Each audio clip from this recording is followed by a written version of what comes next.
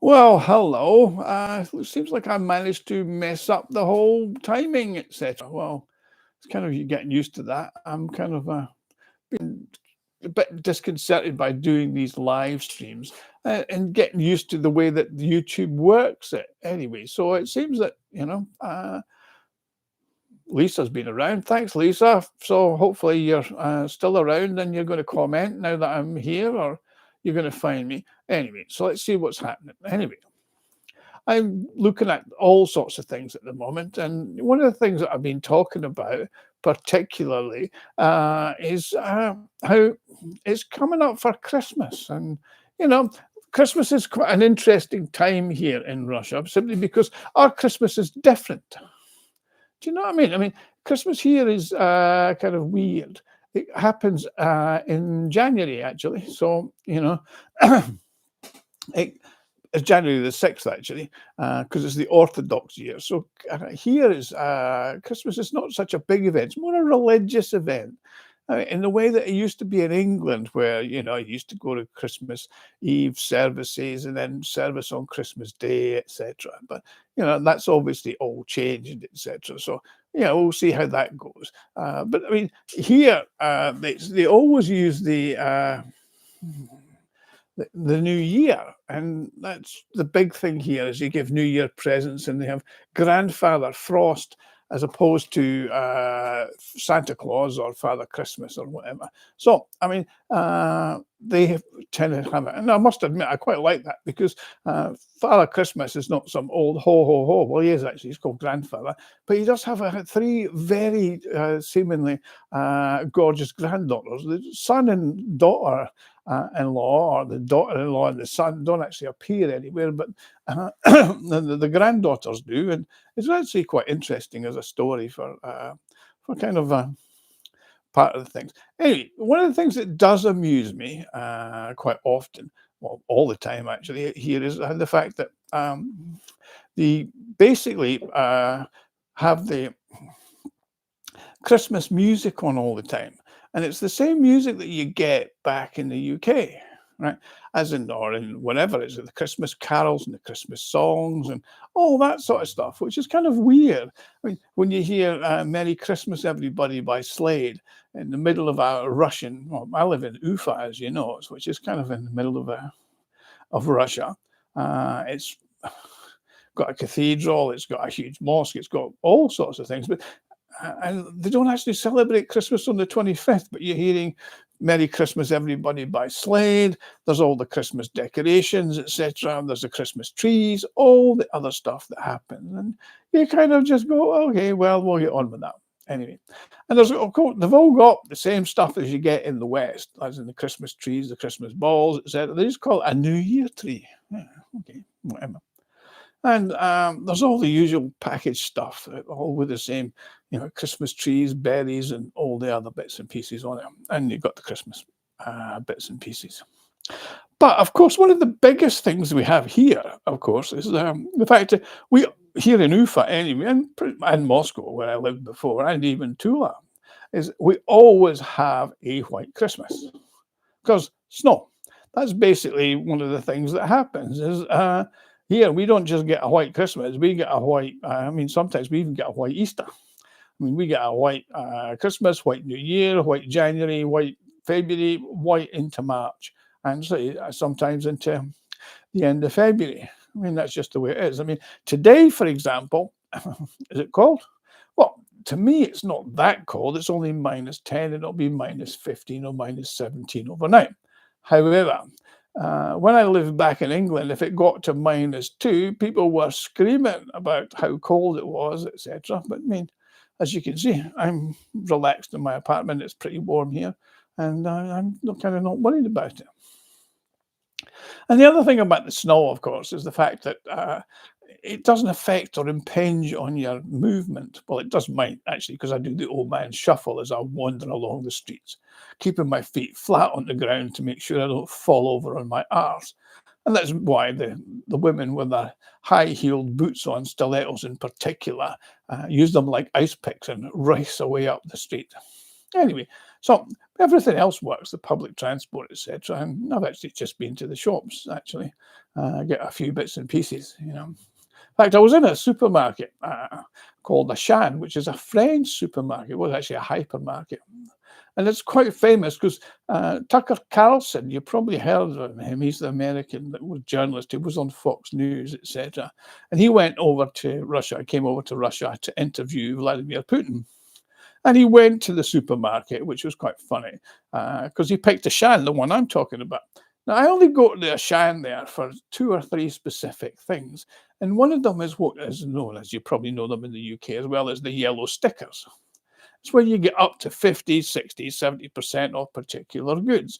And I go there because they're very good quality meat and various other products, but they're always a bit too expensive for me. So I only buy the stuff there when it's on yellow sticker. And I know the times roughly to go, so I tend to do that. But anyway, when Tucker Carlson was there, he went to the supermarket, and it was quite funny because I watched the whole interview with Putin, and I actually watched the various programs afterwards because I've been a fan of Tucker Carlson for some time. I mean, he's reasonably sensible, and he has an attitude where, you know, he doesn't take the neocon attitude for granted. Anyway, so as I say, he was in the supermarket at Auchan, and he was filling up his trolley with all sorts of stuff, him and his team, you know. I don't know, I mean, whether they were in a self-catering or they were staying in a 5-star hotel. I imagine they were probably staying in the Metropole or one of the other major hotels in the center of Moscow. But I certainly didn't think they would be staying in self-catering. So while they were filling up a shopping trolley, I don't know, maybe they were going to give it away. You know, you certainly couldn't give it away to bombshells like you could in New York, because there aren't any in Moscow. Well, at least not in the centre or even in the outskirts, because in the winter it gets far too bloody cold, you know. You can't live on the street when it gets to -10. I'm sorry. It just doesn't happen. They end up with snowdrops under the snow and they appear again in the springtime. Anyway. So Tucker Carlson's busily filling up his shopping trolley, and he gets to the checkout and they go through it, and he pays with his card and he gets the bill, and his translator says, you know, this is how much it was. I think it was about $500 which is roughly about 50,000 rubles, sorry, 70,000, 60,000 rubles. Anyway, he says, wow, that's about a tenth of the quarter of the price or whatever it was of what I would pay in New York. And of course, everybody else here was laughing. You know why?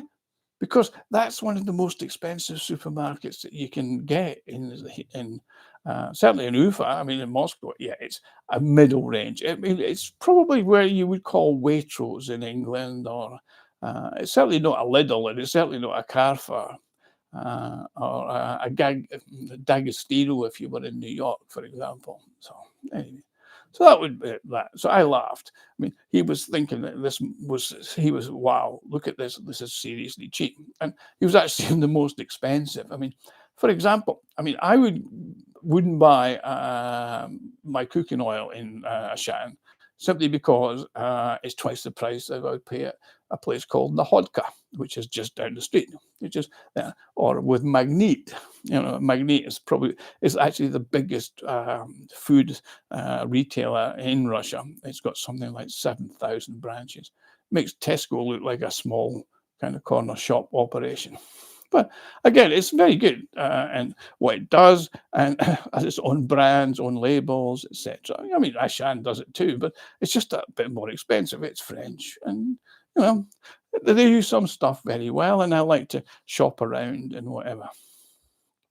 Anyway, so again, they've got a huge range of everything. I mean, you walk in the store actually, and you can, as you get in the front there, to your left, you've got the cosmetics and toiletries, and it goes all the way up about 100 meters actually, and you've got everything all the way up to the top. There's the washing powders, there's the washing liquids, there's the multiple different toilet rolls, and God knows what else.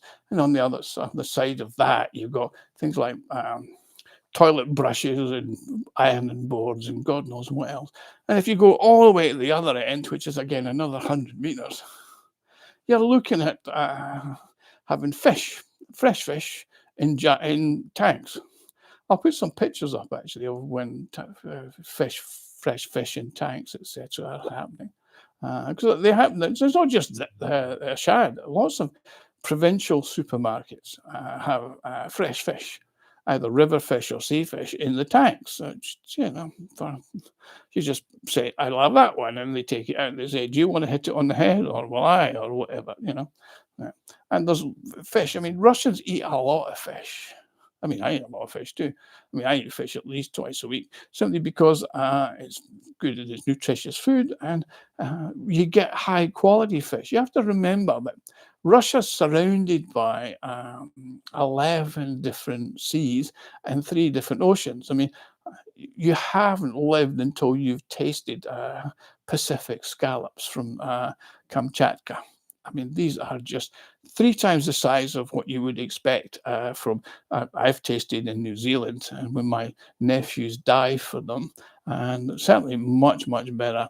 And the flavor, you just chuck them on the barbecue or in the pan with a touch of butter and a touch of white wine, and my God, they taste like absolutely delicious, absolutely wonderful. And of course, the salmon. You've got Pacific salmon, but you've also got Siberian wild river salmon. That it's a bit more expensive, but it's Jesus, the quality is just so unbelievable. So and that's at one end of the supermarket, and you've got all sorts of frozen cuts. I mean, Russia has with these seas, they just basically have these huge ships, and they just fill up and freeze it on the spot, put it in package in, and then you ship it. I mean, you have to remember that. I mean, I live in Ufa. I mean, Ufa is 2,000 miles in any direction from the sea. Yeah, 2,000 miles. From me to go to Vladivostok or to go down to the Caspian or to the Black Sea is a hell of a journey. It's not like in the UK, where you're never more than 100 miles in any direction from the sea. And when I grew up in Scotland in the far north, it was 30 miles, right, to the sea. So that was kind of there. So, and we grew up, as we all did, on fish and chips. And of course, fish and chips in the UK are now a luxury food, simply because you don't buy your cod or your haddock or whatever from Russia anymore, because you're going to hurt their economy. Well, I can assure you, you're not. And the cooking oil, the vegetable oil or whatever, you're not hurting them either. And your potatoes, well, we grow our own. I grow my own at the dacha, so whatever. So anyway, as far as food is concerned, so fish and chips, we don't have your traditional fish and chips, although I do try and replicate it actually. When I'm here, make the batter and make the chips and whatever in a deep fat fryer, which I've got. And, I try my best to do that. But on the food side, it's pretty good. Anyway, we're talking about snow in supermarkets and whatever. Well, I was in the supermarket for a couple of things. But also, I'm going to tell you, I was recently and had to go to Kazakhstan. Now, most of you probably couldn't find Kazakhstan on the map, but it's actually quite a big place. It's actually one of the largest landlocked countries in the world. And it's got a 3,000-kilometer border with Russia, for example. Anyway, I had to go there because my wife drives an Opel Mokka, which is a German car, right? And of course, under sanctions, they can't import, because the dealer's shut. The dealer's shut down. The whole Mokka was Vauxhall actually. And there's a funny story about Vauxhall actually. Is Vauxhall obviously was part of General Motors in the UK, but as a word, it means station in Russian. As in, yeah, Kursky Vauxhall, Ufa Vauxhall, etc. It means station. And that comes from when the daughter of Queen Victoria, who was married to one of the Russian Tsars, Alexander, so it was Nicholas II. They were staying there in London, and she pointed to a train going across the sort of viaduct by Vauxhall Gardens. And she asked the aide or whoever, "What's that?" And he went, "Oh, that's Vauxhall." So she thought that was what it was called. A station was called a Vauxhall. So that, because Russia didn't have any stations or railways at the time, it became Vauxhall. So anyway, On the subject of trains and stations, etc., I went to Ufa Vauxhall because my wife's car needed a new part, and because of sanctions, I had to have it sent to a place called Petropavlovsk in Kazakhstan, which is about 13 to 1400 kilometers from Ufa. So it's about an 18-hour train journey in the winter. It's slightly shorter in the summer because they travel a bit better. Anyway, so I booked the train. Now, you'll love the trains. I mean, trains are amazing in Russia. I mean, we're talking going like 18 hours on a train. You don't just get a seat, right? And you don't just get a mini little table. You get a bench, right? Which is a padded bench. And there's 4 of them. One there, one there, one there, one there, right? And basically, you got a little table, etc. So there's 4 of you, and you sit there and you talk, etc. And then when it comes to sleeping time, you just basically get up on the bench and you go to sleep, right? So it's just fun. It's all part of the fun. Sorry, somebody's just messaging me, and I'm just trying to see if it's important. I doubt it is, but never mind. So, okay. It's all right. Just one of my colleagues who's trying to tell me what I'm doing tomorrow, and I'm not that bloody interested, to be honest. So let's get back to where I'm talking to you, because that's far more interesting. Anyway, so right, I'm back to you. Okay, sorry about that. So I booked this train, right, all the way to Kazakhstan, to Petropavlovsk. Now, bear in mind, this is now a 1,300 kilometer journey, right? Yeah. Now, you got to remember, Land's End to John O'Groats is 670 miles, I think, or maybe it's 720. So it's twice that, right? So that's Land's End, John O'Groats in the UK, or whatever, which way you want to look at it, right? And this is just one bit of Bashkiria to Kazakhstan. I mean, that's just one region of Russia. Right? I mean, you got to remember, if you actually went from St. Petersburg to Vladivostok, it's 7 days on a train. Right? That's how long it is. Or if you want to take the short route, you just take the plane, and it's only 13 hours. You have to remember that to fly from Russia to Vladivostok, from Moscow to Vladivostok, is actually further than it is to fly from London to Los Angeles, right? And that includes putting the Atlantic Ocean in the middle. Anyway, so that's part of that. Anyway, so I get on the train, and we've all got our picnics and our food. I've packed the food, a few beers, and the half-liter of vodka sneaked in there. You're not allowed to drink in public in Russia, unfortunately. Well, who notices, of course? Nobody cares. So you get in there, and I got in there. I was traveling, actually, at 6 o'clock in the evening, which meant I would get there the following morning about just after 10, 12, 10, 10:30, I think I got there. And, yeah, I met 2 very nice people leaving from Ufa, and then another one got on a couple of hours later at Chelyabinsk, and we had a good chat, and just interesting. They were normal, ordinary Russian people, and they were fascinated by what I was doing and how I was doing it, etc. And we shared various snacks and foods, etc., and that was great. And then come the border guards, and that was quite funny in the morning. By the way, in the morning, I'd got up, I had my tea. You can make your tea, as I mentioned. The thing, you have the toilets, the hot water, so I had a quick shave and a quick wash, etc. So I made myself look a bit more presentable, a bit like I look like that, whatever. So it was fun. So I was obviously, my passport always gets special attention because they don't often see a British passport. I mean, and certainly, not one like mine. So anyway, particularly with more stamps than Stanley Gibbons in it. So, whatever. So they hum and they ha, and what is your reason? Do you speak English? Yeah, actually quite well, I'd say. Da, пожалуйста, нет проблем, da. Anyway, so we always have a bit of a set to, because they don't actually employ the most clever people, and they're always trying to be so inscrutable. So you just use a little bit of humour.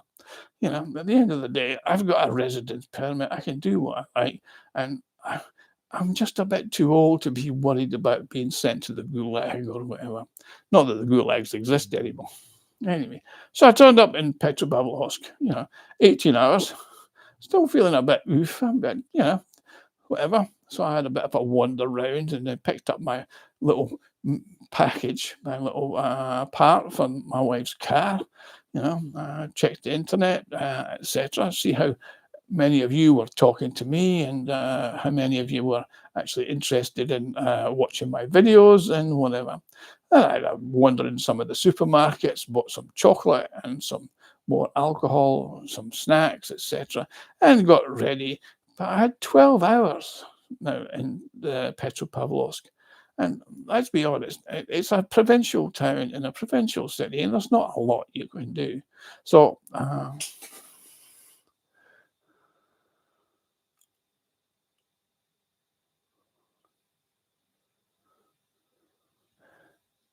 well, we don't worry about a couple of degrees of warming at all. We are not bothered whatsoever about global warming. In fact, we don't actually believe it. I certainly don't believe it. I live in Ufa, and I can tell you I've lived in Ufa since 2003, and it's some winters are colder, some summers are warmer, some autumns are wetter, some springs are wetter, and I don't believe global warming. It's one of the biggest scams ever played out on people. You only have to look at Al Gore, his prediction that an inconvenient truth, an inconvenient and very convenient money-making lie. Russia's not worried about global warming. And if global warming does happen, which I don't think it will, and if it does, it's not going to be to the extent. I mean, let's be honest.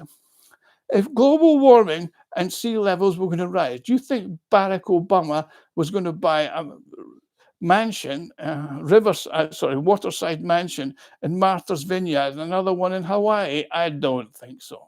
And guess where these expensive mansions are? In the Hamptons. They're all at sea level. Sea level goes up 1 foot and all their mansions are underwater. So no, don't pick on Russia for being into this cold whatever. Thank you, Val.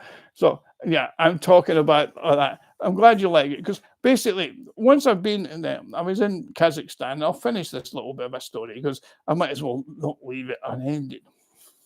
I got back on the train, bored with this because the internet was okay, but they have this deadly rule in Kazakhstan. They have it in Russia, but they're pretty much more cracked down, particularly in the small area of the station, that you can't consume any alcohol. Now, up until 2012, beer in Russia was considered a soft drink. So there was no tax on it and you could drink it. Then the government decided for some reason that they wanted to consider that for some whatever. So they brought in no drinking in public spaces. So you couldn't sit in the park and enjoy a beer unless you were in a particularly enclosed area, allegedly protecting children. But it's the usual killjoys. So I had to be very, very careful while I was sitting in Petropavlovsk's railway station, checking the internet and watching movies, etc., that I didn't get caught by the Gestapo or the FSB, GRE, whatever you want to call them. Anyway, so my journey back was actually wonderful. I met some wonderful people and it was great. So I really enjoyed it. But as far as the snow is concerned, I'm looking forward to even more of it. We've actually only got about 4 inches or 5 inches at the moment. It's cold, and that's probably why we haven't got so much snow, because we've got so much of that going on. Cold. I mean, what we normally get a mixture of the serious cold and then the snow, and then the weather will come down to about -8, -10, and then we'll get huge amounts of snow. And then the snow plows will be out, and then the snow walls will start on the sides of the street, and Yeah, then they'll freeze over, and then I'll be doing the old man shuffling along the street, etc. Anyway, so New Year. Now, New Year here is almost as big as it used to be in Scotland, where they called it Hogmanay. I remember that vividly. Wow. That's only been 45 years since I did a Hogmanay in Scotland. Wow. Some of the things I do miss. Anyway, so New Year's the big party, the big presents, the big celebrations. But always prior to that, I tend to, because I've got friends here, I just like to celebrate Christmas, as in the traditional English Christmas, not for anything other than nostalgia. As in, hang on, guys, I want to share my culture with you because you share your culture with me. So I do a proper traditional Christmas like we used to do back in England. We have Christmas carols, we have turkey, we have all the different food and the trimmings, and we play the simple games. We have party hats, and we do the simple things like hokey cokey and different things like that, and we give out stupid little presents, etc.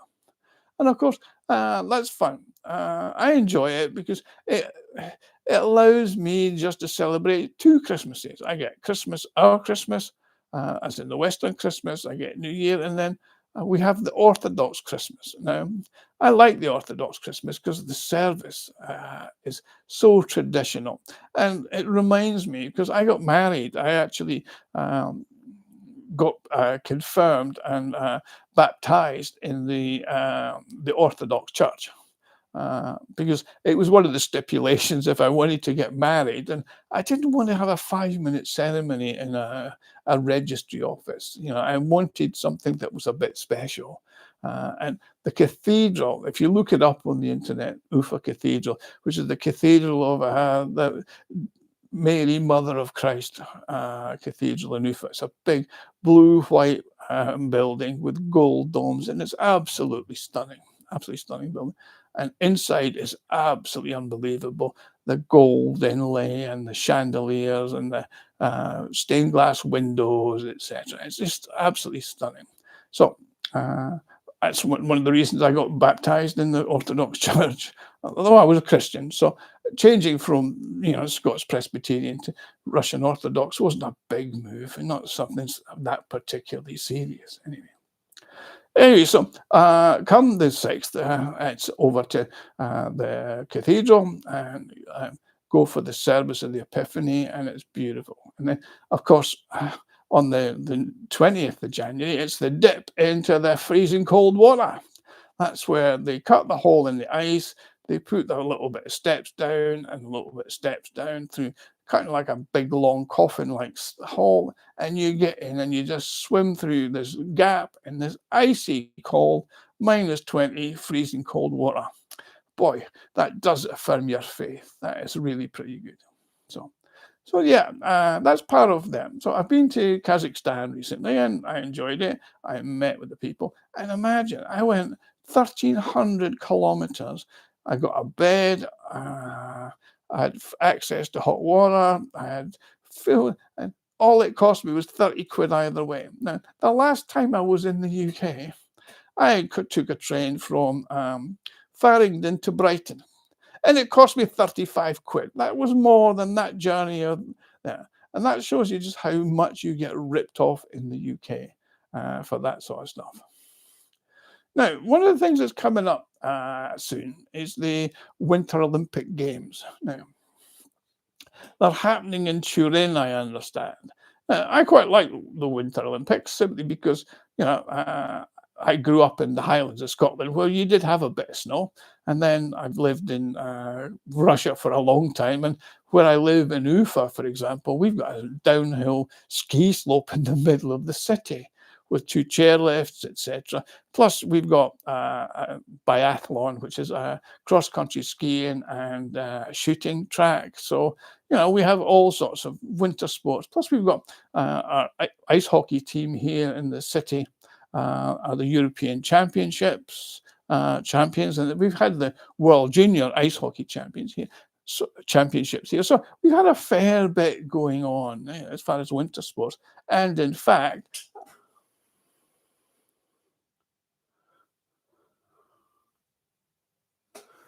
Okay, not interested. Bugger off somewhere else.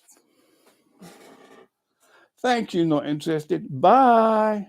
So, anyway, Winter Olympics. Now, we love the Winter Olympics. In fact, there's more medalists have come from UFA than have won Olympic medals at winter sports by the UK ever.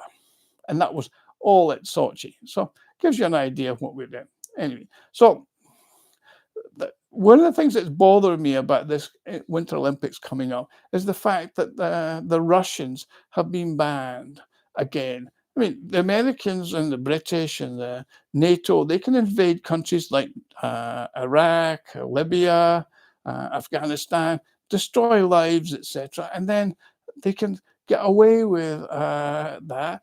And Russia, because it's defending its ethnic groups in the Ukraine, suddenly gets banned from international sport. I don't think that's particularly fair.